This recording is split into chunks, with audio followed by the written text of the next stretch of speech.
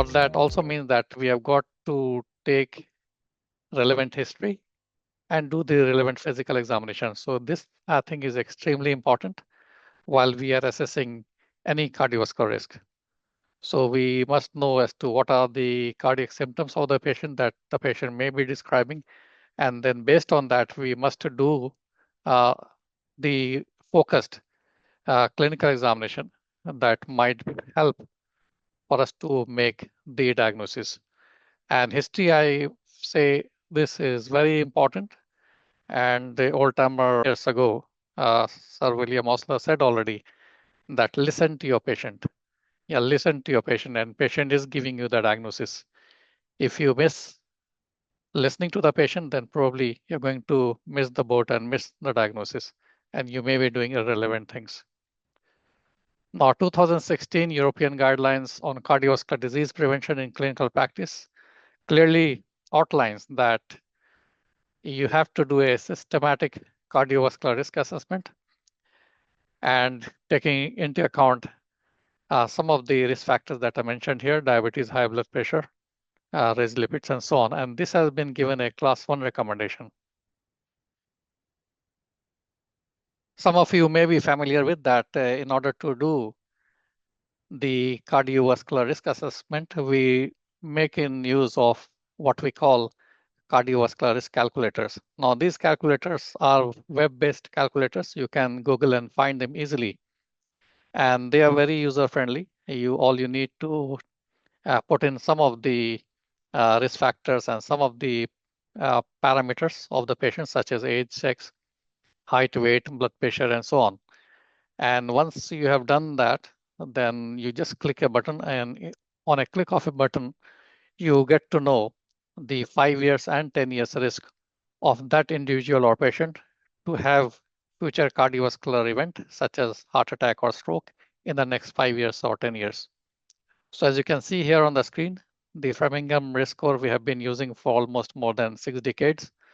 And there are new risk calculators or risk estimators. And I'll talk about the MESA risk score in a moment. But Q-risk is something I like, and why I like it, because this is the risk calculator that does include ethnicity. And obviously in my practice, I see a lot of South Asian patients, which are Indian, Pakistani, and Bangladeshis. So they do include this ethnic background individuals or patients. So Q-risk is very easy. I'll show you maybe on other slides. And then I'll also discuss the MESA risk score and how it is different from the other scoring calculators. So you may ask which cardiovascular risk calculator is better or the best. So there's no right or wrong answer. You can choose that suits your needs. And as I mentioned that I actually use the, so it's not here. So I wanted to just show you, just on the right hand side, you can see, I'm not sure if you can see my pointer. This is the Q-risk score.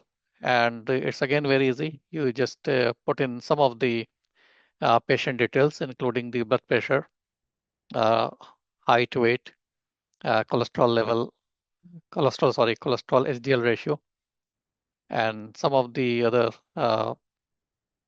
parameters. And then you get a score which actually tells you what is the risk of future cardiovascular event in next 10 years. Now, once you have done the risk assessment, this could be for say 5 years, 10 years, and then you can put the patients into different categories. And the low risk categories generally are 0 to, where the risk is between 0 to 5 or less than 5. Borderline risk will be 5 to less than 7.5%. Intermediate risk 7.5 to less than 20%. And any cardiovascular risk that has been calculated using any of the calculators, generally it is accepted the risk is high. Now, why this is important? Because once you have assessed the risk, then it gives you an easy way forward to plan a management. for that patient. So whether you will use aspirin in such patient or not, whether you're going to use statin, if you're going to use statin, which are you going to use a very potent statin? Are you going to use a statin in high dose? So on and so forth. So it does help you in planning the management for the patient. Now, if you will remember, like traditionally, we looked at the total cholesterol. We did not have even LDL at that time. And we used to make our clinical judgment in treating patients with lifestyle and then later statins. So now it has, then the LDL came, then we looked at the LDL. But irrespective of the LDL levels, you are not accurately measuring the risk of any cardiac any patient. So it is essential that we make use of these, and you can put in other parameters and then make a judgment as to what the exact cardiovascular risk of that individual is. Now, coronary calcium test score, this is very useful test, and it is readily available in most of the hospitals. It's a very easy test, non-pain, no pain, and it is relatively cheap, I would say. So essentially, it is to detect the deposit of calcium on the coronary arteries, and the total calcium score is calculated. And based on what the number of calcium deposits are, we can again classify the patients into different risk categories. Now, this is the slide I was wanting to show you. So on the left-hand side, you can see this is the Q risk 3. And as I mentioned, there are a few parameters that you can use. And then you come up with the risk of an individual. Now, say, for example, why I put this side by side. So Q risk 3, say, for example, this individual, I have done the calculation, and you get 7.5%, although the age I put 44. But once you have got a calculated risk for this individual, and MISA score, how it differs, that it takes into account the calcium score from the CT calcium study. So once we have, say, for example, this patient is 70, and if you had all these parameters added to it, then his risk score probably will be quite high. And if his calcium artery calcification or the calcium score is 0, then obviously his risk is recalculated, and this risk may go as low as 3.1%. So it helps us to reclassify that into individual into what the risk category for future cardiovascular events will be. So here it gives you just a flow chart as to how you will, first of all, risk stratify these patients based on the level of the calcium score. And it gives you some idea as to what the risks are. And then it helps you to plan or have a management plan for these patients in terms of choosing the statins, additional anti-lipid lowering therapies, including PCSK9, ezetimibe, and so on and so forth. And also whether these patients will require any aspirin or not.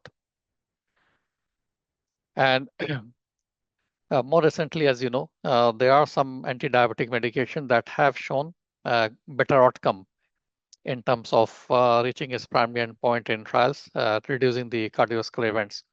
And they are SGLT2 inhibitors and GLP-1 agonists. So if you have diabetic patients, then you may choose these medications as well, if provided the risk of any cardiovascular risk is high for your patient. Now, why coronary CT angiogram is important? Because it does help you to guide management in patients with stable chest pain. So this was a Scott Hart study that was done, and here they compared patients whose management plans were based on the CT coronary angiogram finding. So these patients had the CT coronary angiogram, and if they had calcium deposition which was significantly high, if they did have findings such as soft plaque or atheroma, then obviously their treatment would be much aggressive, maybe higher dose of statin, more potent statins, may possibly on aspirin, compared to those patients who had just a standard care without the help of CT coronary angiogram.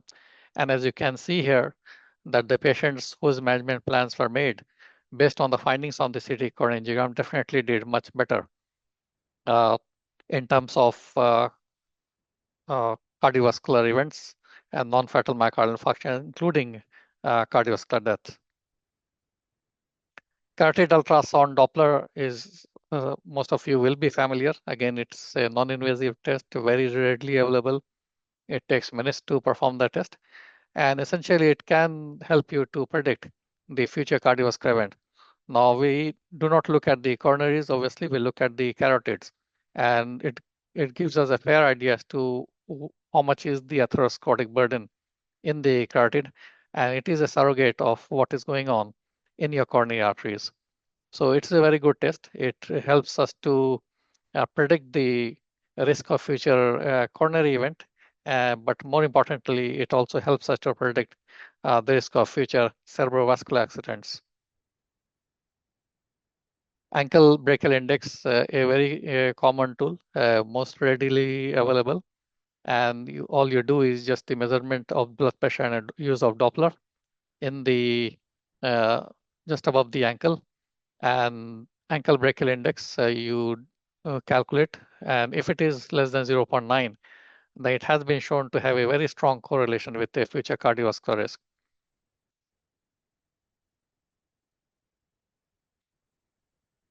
And also now it is considered as a biomarker of future cardiovascular risk, and this was published in Circulation in November 2009. Now moving forward, now what are the novel cardiovascular risk factors? Now some of these unfortunately are not, some of the physicians and healthcare professionals are not familiar, or if they're familiar, they do not use them in their clinical practice. But I have started to use them, and certainly I can risk stratify my patients much better. So these are lipoprotein small a, or little a we call it, a ratio of ApoB and ApoA, homocysteine, microalbumin, albumin creatinine ratio, and plasma fibrinogen. In a way, they are independent cardiovascular risk assessment parameters that helps to identify those patients who are at risk of future cardiovascular event.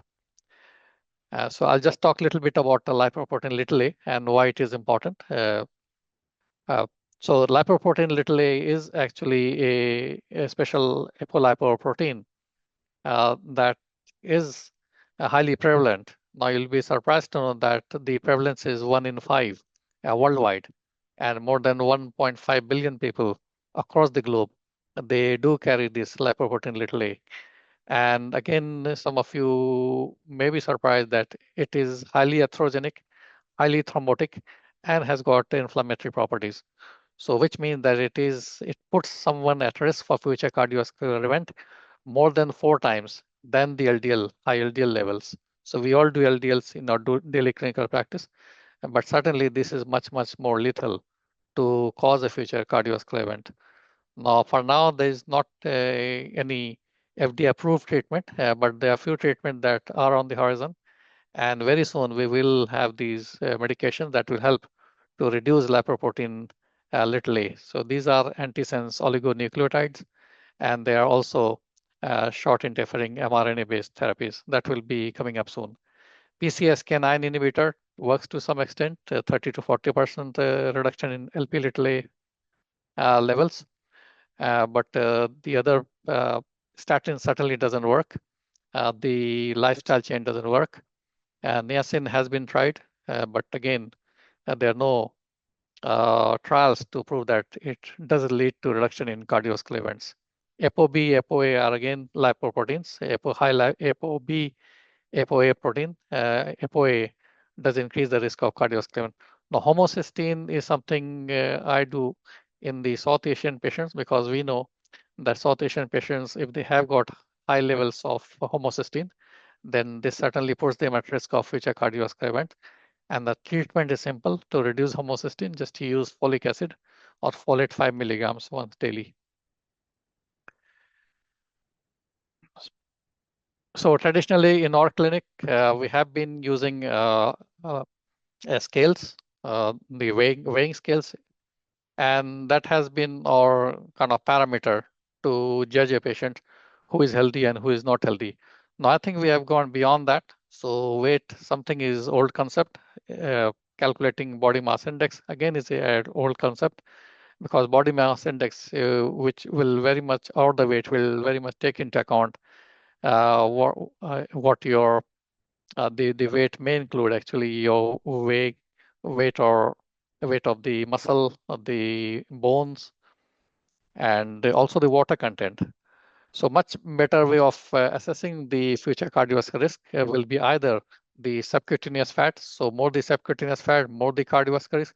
But more importantly, it is the visceral fat. So visceral fat is the fat that is surrounding your internal organs, your stomach, spleen, liver, kidneys, and so on.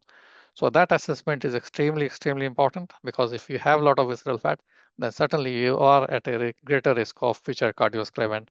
How these can be assessed? Again, with there are few scanners, including the bone BMD scanners, where you do the bone density assessment, and also some of the modern PET scans and MRI can assess this visceral fat quite easily.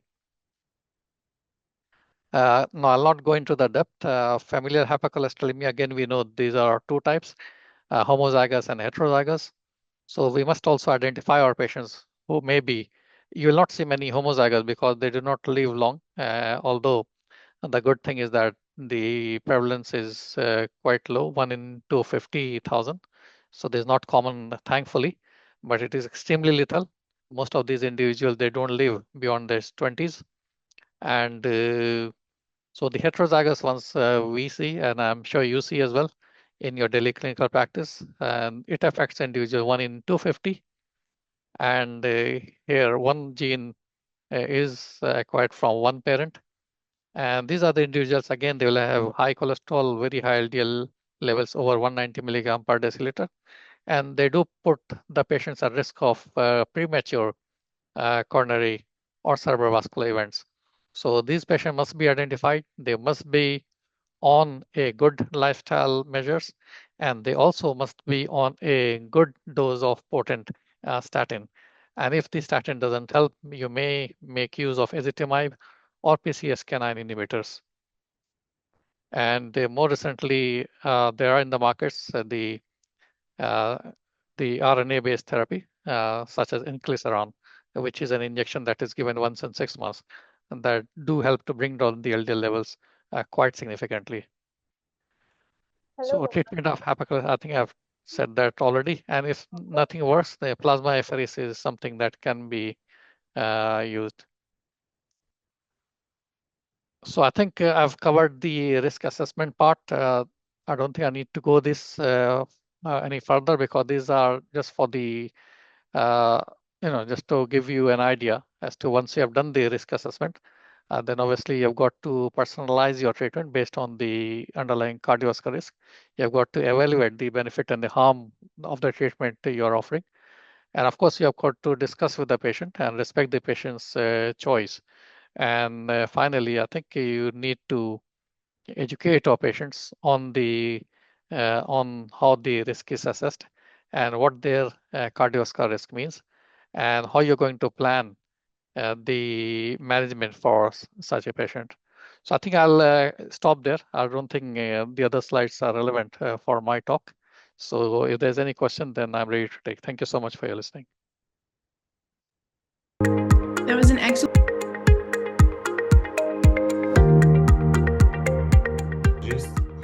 And I'm engaged in rehabilitation therapy at the Petigorsk Medical Pharmaceutical Institute of the Russian Federation. I am very grateful to the organizers of the third international webinar on heart and cardiovascular disease for the opportunity to share our investigation results. This presentation is a new vision and alternative possibilities of what is already available in restorative treatment, which has great potential in my opinion. My topic is neurotransmitter systems in the cardiovascular pathology rehabilitation. Wait, please. How to close this?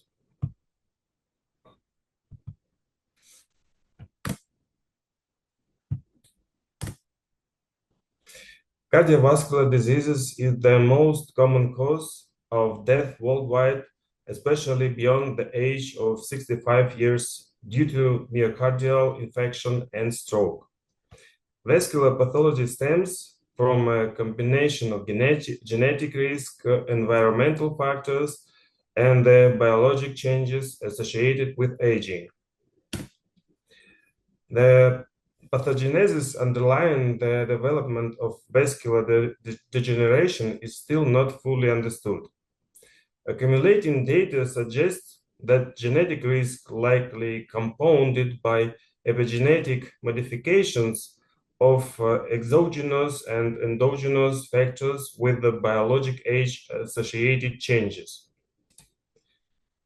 Understanding the molecular mechanisms underlying modifiable risk factors in regulating vascular pathology may inspire strategies to promote age regeneration of vascular and not vascular only.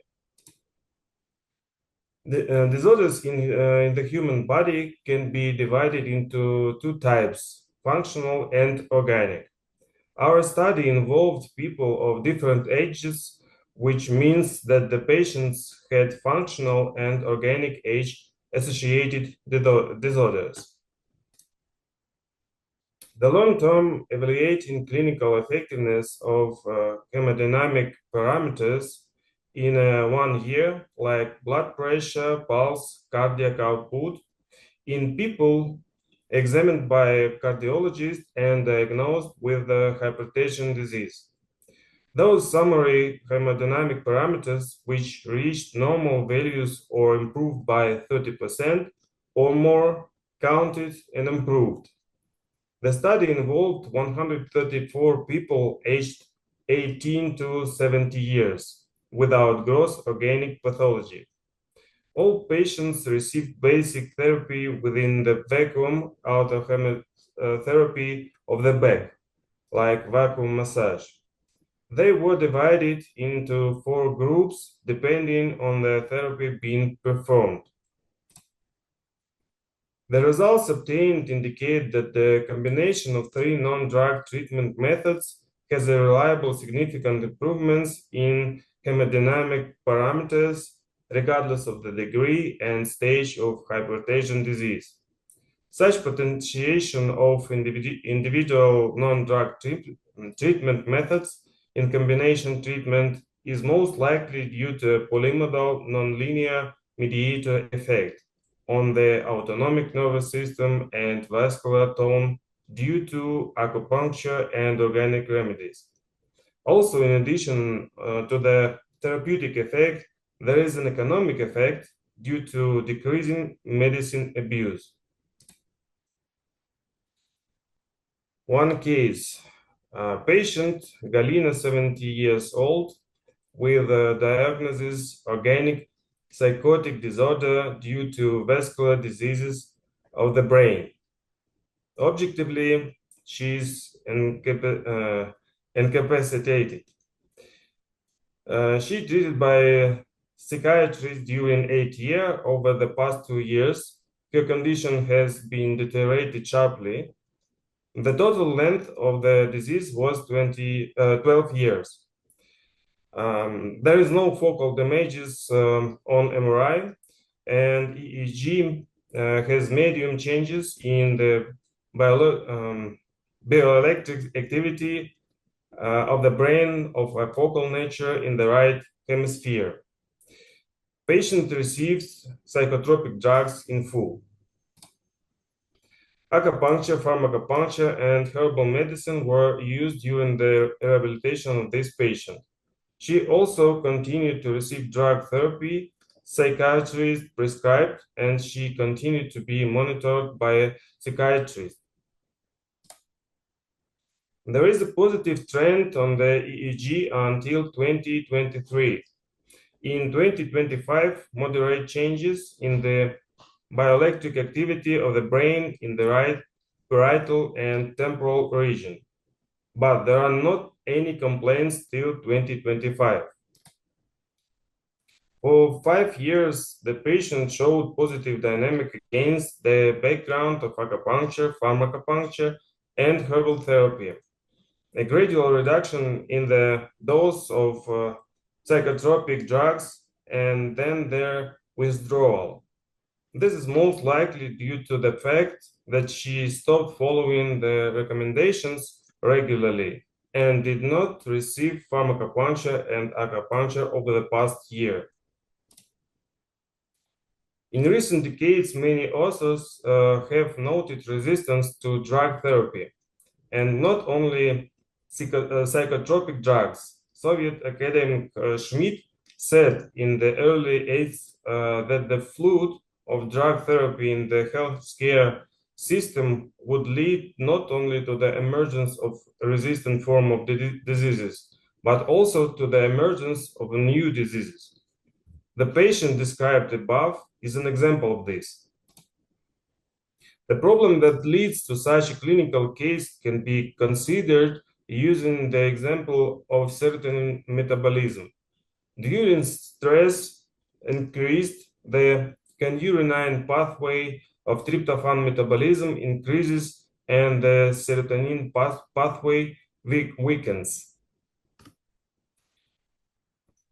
Increasing of the cardio-renin pathway of tryptophan metabolism leads to the production of neurotoxic substances and other disorders. As a result, organic brain damage appears. Neuromodulation of tryptophan is necessary to restore the balance of serotonin metabolism. If we assume that serotonin selective reuptake inhibitors and other drugs have a modulatory effect, as it is called in some researches, in this case, there are two different modulations, physiological and non-physiological. If we compare physiological and non-physiological modulation, the first one most likely affects all links of the pathological chain. The second one affects the final link of the pathogenetic chain, like selective serotonin reuptake inhibitors. Perhaps in the first case, this effect is achieved by a nonlinear mediator effect. Over the past 10 years, we have been studying brain neurotransmitter systems, the results of which were published in the article Non-Specific Adaptive Protective Reactions of the Body during the Development of Panic Attack and Primary Prevention of Cardiovascular Diseases. According to the results of the study, to restore the neurotransmitter systems of the brain, therapeutic measures should have a nonlinear mediator effect. On this slide, there is a different transport. Each mode of movement has its own speed, accuracy, and its maximum limit. The aircraft allows you to cover as much distance as possible with comfortable at maximum speed. If humanity wants to travel further, faster, and more comfortable, then a new type of transport is needed. The most common way of distribution substances in the human body is the blood system. If we want to achieve any fundamentally new remarkable effects in the recovery of our body, we must investigate fundamentally new mechanisms. Thus, we used external transport mechanisms for nonlinear mediator effect via pharmacopuncture with organic substances and acupuncture, which provided more targeted transportation. In the human body, the restoration of disrupted processes will depend on the speed, completeness, and accuracy of delivering substances. Currently, the fastest type of external transport, which is known, is a vacuolar. However, the data we obtained when combined methods may indicate that there are some other mechanisms of external transport that surpass those previously studied in speed, accuracy, and completeness. More convincing data of this technology can be obtained in the treatment of gross organic pathology in comparison with other methods. In this presentation were demonstrated methods based on external transport for the organic pathology treatment of cardiovascular genesis. But these methods can be used for the treatment any other pathology also. It is universal. Thank you very much. Any questions?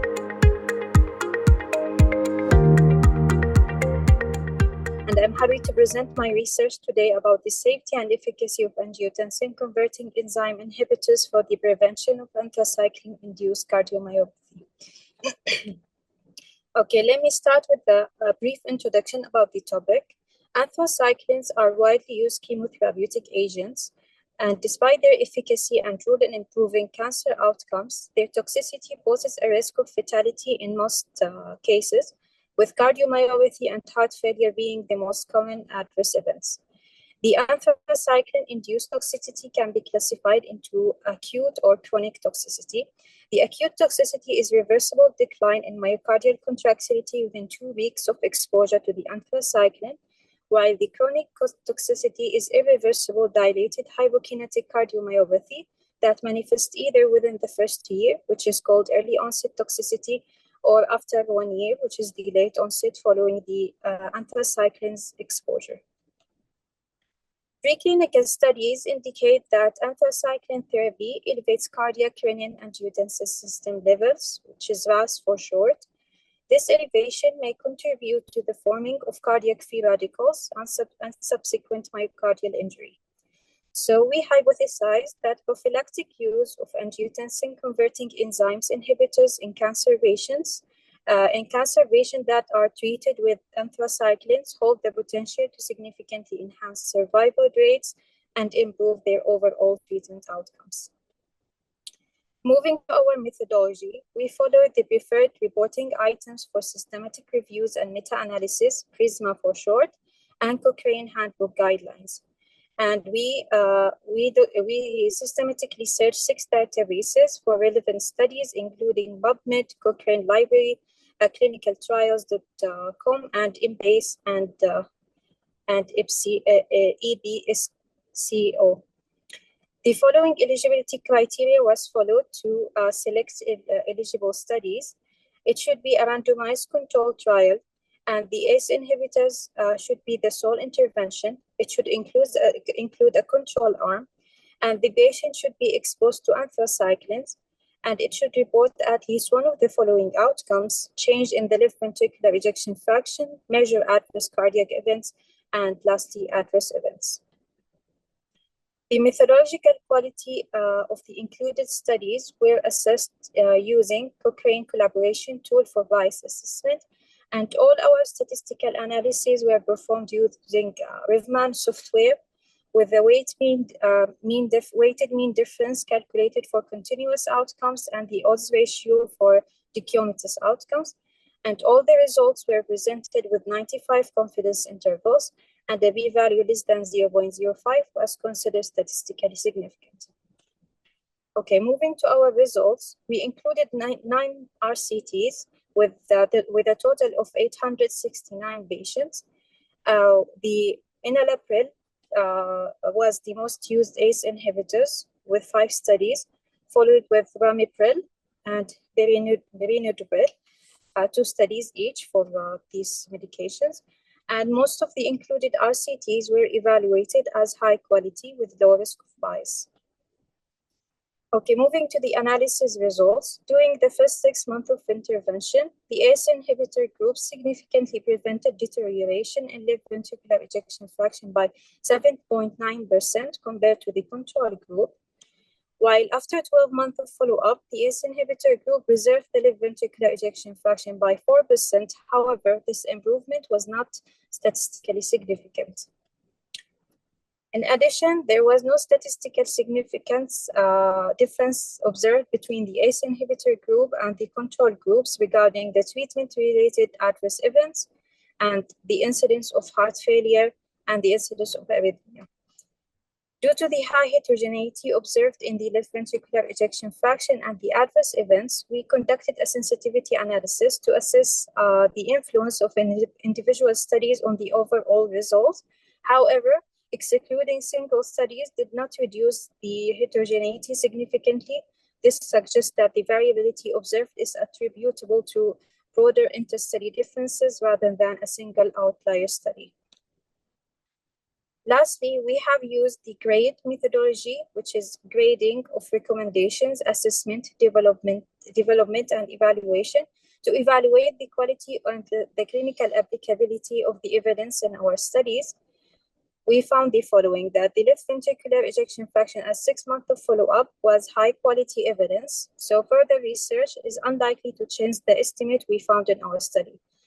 While the left ventricular ejection fraction at 12 months of follow-up and the risk of heart failure were moderate quality evidence, so future research may impact the estimate. Lastly, the adverse events and arrhythmias were low quality evidence, so future research likely to significantly change the estimate we found. Okay.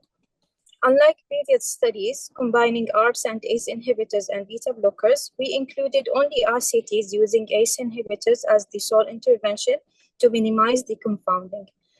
The ACE inhibitors significantly preserved cardiac function at less than 12 months of follow-up, reducing the acute cardiotoxicity risk, but this protective effect was not maintained beyond 12 months, possibly due to cumulative irreversible anthracycline-induced myocardial injury, overcoming the ACE inhibitor benefits, especially if therapy was discontinued prematurely. No significant difference in adverse events compared to the control, supporting the safety of ACE inhibitors in this patient population. Future studies with large sample sizes are needed to validate the long-term efficacy of ACE inhibitors in anthracycline treated patients. And in conclusion, ACE inhibitors significantly attenuated acute and early onset cardiotoxicity compared to the control groups without causing significant adverse outcomes. However, future large-scale RCTs are needed to validate these findings in long-term use. Thank you so much. I'm done with my presentation. If you have any question, I'm happy to answer. Thank you for that great presentation.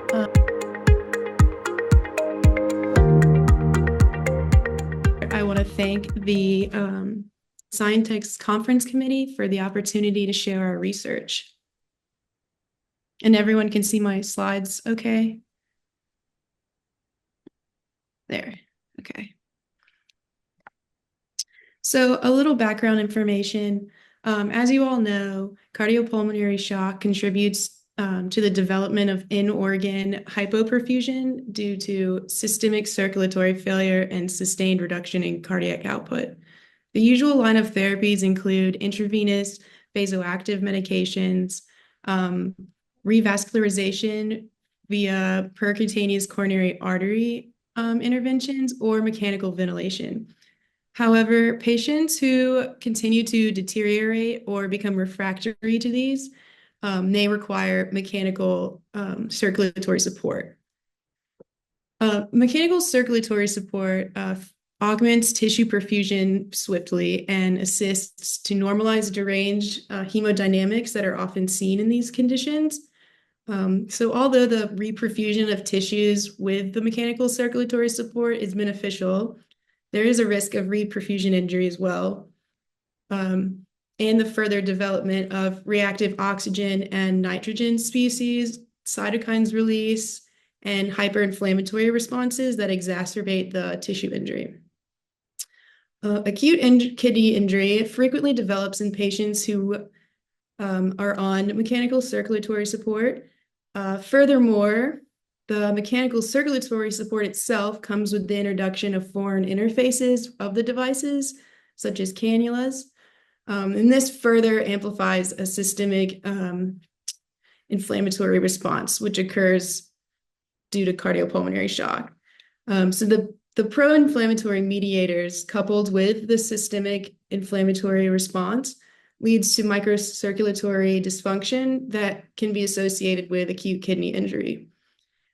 These were just a few of the insults of the complex and multifactorial pathogenesis of acute kidney injury, requiring renal replacement therapy during mechanical circulatory support. However, the etiologies for the need for renal replacement therapy during this support are unclear. So our primary objective is to allow for improved understanding of these comorbidities and enhance patient outcomes. And the purpose of our investigation was to examine the risk factors for renal replacement therapy in these patients who receive mechanical circulatory support. This table includes the many devices that were administered to our patient population. Each device operates through its own distinct mechanism to deliver different types and levels of hemodynamic support.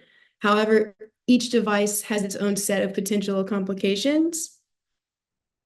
And within our patient population, some of the patients had one or more devices present simultaneously, or one in succession of another, depending on the acuity of their disease process.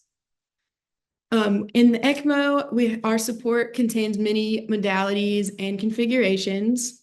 The Impellas that we've used at our center are the CP, RP, and 5.5. And lastly, for the ventricular assist devices, we use right-sided, left-sided, and biventricular assist devices. And for the methods, so following IRB approval, a retrospective analysis of pre-procedural characteristics and previously reported comorbidities and the incidence of renal replacement therapy were studied from January 2017 to October 2023 in 129 patients receiving 159 mechanical circulatory devices. And this was a single center study at Ochsner Health Jefferson Highway campus in New Orleans, Louisiana. There were no patient exclusion criteria, but all of the patients were adult, 18 and older. And the pre-procedural characteristics and recorded comorbidities underwent machine learning analysis to determine the associations in the need for renal replacement therapy. So for our results, in this study of patients requiring, let me see. The incidence of renal replacement therapy was 36% with a 95% confidence interval. The incidence of hospital mortality in patients who required renal replacement therapy was 79%. But in patients who were on mechanical circulatory support not receiving renal replacement therapy, it was 35.3%.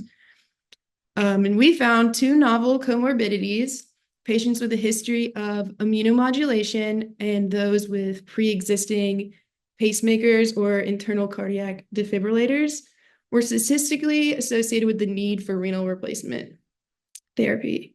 The C index for this model was 0.81, and based on these two results, we made contingency tables and to further explore the novel comorbidities with the need for renal replacement therapy.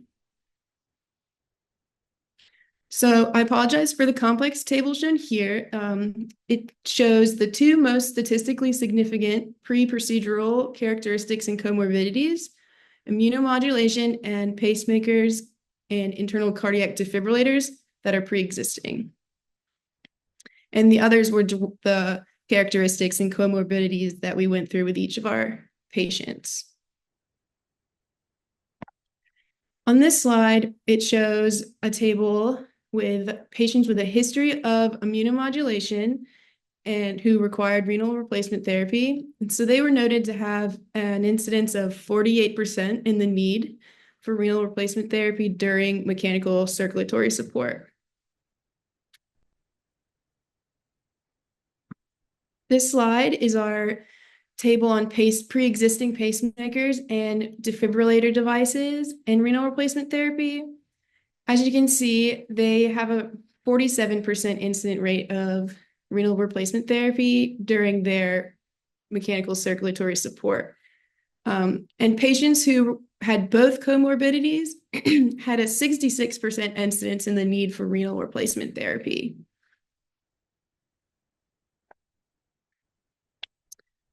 So we further explored the role of anticoagulation used in our interest groups, and the results of the analysis are shown here. In mechanical circulatory support patients receiving unfractionated heparin, there was a 43% incidence in the need for renal replacement therapy. 4 of the patients received no anticoagulation, and they all required renal replacement therapy, which in contrast to 3 patients not requiring renal replacement therapy when a low molecular weight heparin was used. While this is still a very small subset of patients, the results warrant further investigation into the anticoagulation practices that are used in this patient population. Mechanical circulatory support therapies are becoming an important component of supportive care in the intensive care units. The cause of cardiogenic shock is numerous. A low cardiac output state exists, and when unsuccessfully treated, results in in-organ hypoperfusion. So in our study, we observed 2 pre-existing risk factors for the need for renal replacement therapy during mechanical circulatory support. Patients with pre-existing inflammatory disorders requiring therapy, and patients with pre-existing pacemakers and defibrillator devices. We observed a higher incidence in the need for renal replacement therapy in these patients with these 2 disorders. And this association suggests there's an increased systemic inflammatory state that exists that's escalated the need for renal replacement therapy. As these 2 groups, the administration of unfractionated heparin was not protective in reducing the need for renal replacement therapy. Unfractionated heparin is frequently used for anticoagulation during mechanical circulatory support, and this is based upon prior experience in procedures requiring cardiopulmonary bypass. However, the long-term use of unfractionated heparin can lead to heparin resistance and immune-mediated platelet activation. And this can prompt heparin-induced thrombocytopenia. And in an article by Kaur, Arsene, and colleagues, it was stated that in a hypercoagulable state, such as patients who are in renal failure, have had a major surgery or a history of congestive heart failure or autoimmune diseases, it's recommended that the unfractionated heparin be used with caution. And implantable cardiac devices have been shown to elicit an inflammatory response. So together, the inflammatory components in the unfractionated heparin may contribute to inflammatory states, which will increase the need for renal replacement therapy.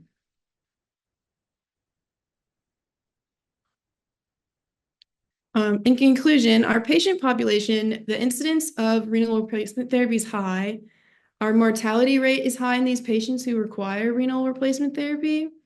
Our findings suggest that other topics for systemic anticoagulation during mechanical circulatory support should be considered. The novel association of patients who have received prior immunotherapy or who have a pre-existing pacemaker or a defibrillator requiring mechanical circulatory support suggests there's an increased systemic inflammatory state that exists, and it will escalate the need for these patients needing renal replacement therapy. So further investigation into how these background inflammatory conditions contribute to the need for renal replacement therapy is warranted. And my references.